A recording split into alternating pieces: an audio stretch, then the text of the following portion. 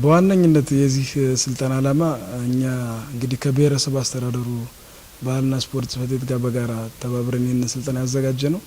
እንደ ከተማችን ብሎም እንደ ወረዳችን እንደ ብሔረሰብ አስተዳደራችን ማጠቃላይ ለ24 ሰልጣኞች ነው በዚህ ስልጠና ላይ ስልጠና የተሰጠው።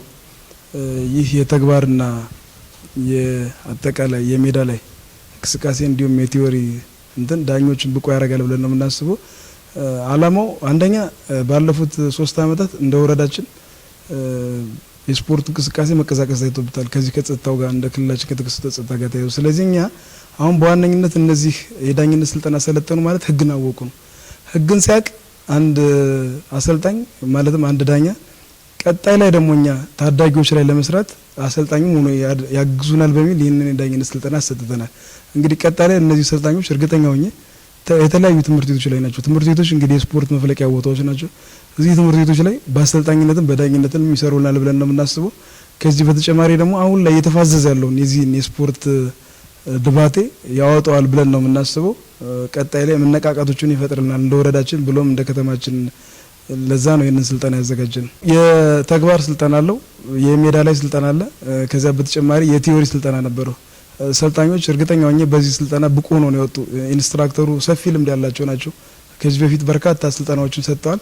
እንደ ብሔረሰብ አስተዳደራችንም እንደ ክልልም ብቁ ነው ኢንስትራክተር ናቸው። በዚህ ስልጠና ለተከታታይ 15 ቀን ነው ስልጠና የተሰጠው። በዚህ ስልጠና እርግጠኛ ሆኜ ቀጣይ ላይ ብቁ ውጤታማ ዳኞችን አግኝተናል ብለን ነው የምናስበው። እነዚህ ዳኞች አሁን ላይ ባልተገደበው የዓለም እንቅስቃሴ ቀጣይ ላይ ቀጠናዊ አህጉራዊ ዳኞችን ሊዳኙ የሚችሉ ዳኞች አሉን። አብዛኛዎቹ ደግሞ በትምህርት ደረጃቸው በስፖርት ሳይንስ የተመረቁና 2ኛ ዲግሪ 1ኛ ዲግሪ ያላቸው ሰልጣኞች ናቸው። ይህ ደግሞ ምቹ ሁኔታ ነው ብለን ነው እንደ ወረዳ የሚያስበው። እንግዲህ በቮሊቦል ስልጠናኛውን በዋነኝነት ይህንን ስልጠና ታርጌት ያደረግነው ቀጣይ ታዳጊዎች ላይ መስራት መቻል አለብን። ታዳጊ ላይ ካልሰራ ስፖርት ቀጣይነት ስለማይኖር ጉዑዝ ነው የሚሆነው ማለት ነው።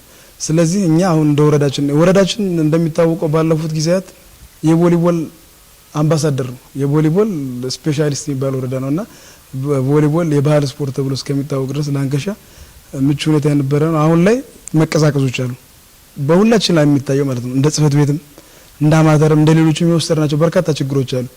ቀጣይ ላይ ከዚህ ችግሮች ወጥተን ትምህርት ቤቶች ላይ በደንብ እንሰራለን ብዬ አስባለሁ።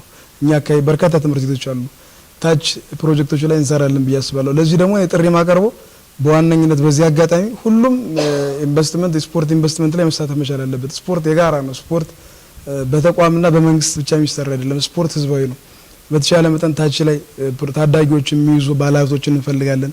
ታዳጊዎችን የሚያሰሩ ተቋማትን እንፈልጋለን። ታዳጊዎችን የሚያሰሩ በርካታ ጥሪ የምናደርግላቸው እንግዶች ይኖራሉ። እንግዲህ ቀጣይ ላይ ይህንን ጥሪ ተቀበለው እንዳንከሻ ጓጉሳ ወረዳ ይደግፉናል የሚል ሀሳብ አለኝ። ያገኘነውን መልካም አጋጣሚ ተጠቅመን ቀጣይ ላይ ወረዳችን የተሻለ ስራ እንሰራለን የሚል ሀሳብ አለኝ። አመሰግናለሁ።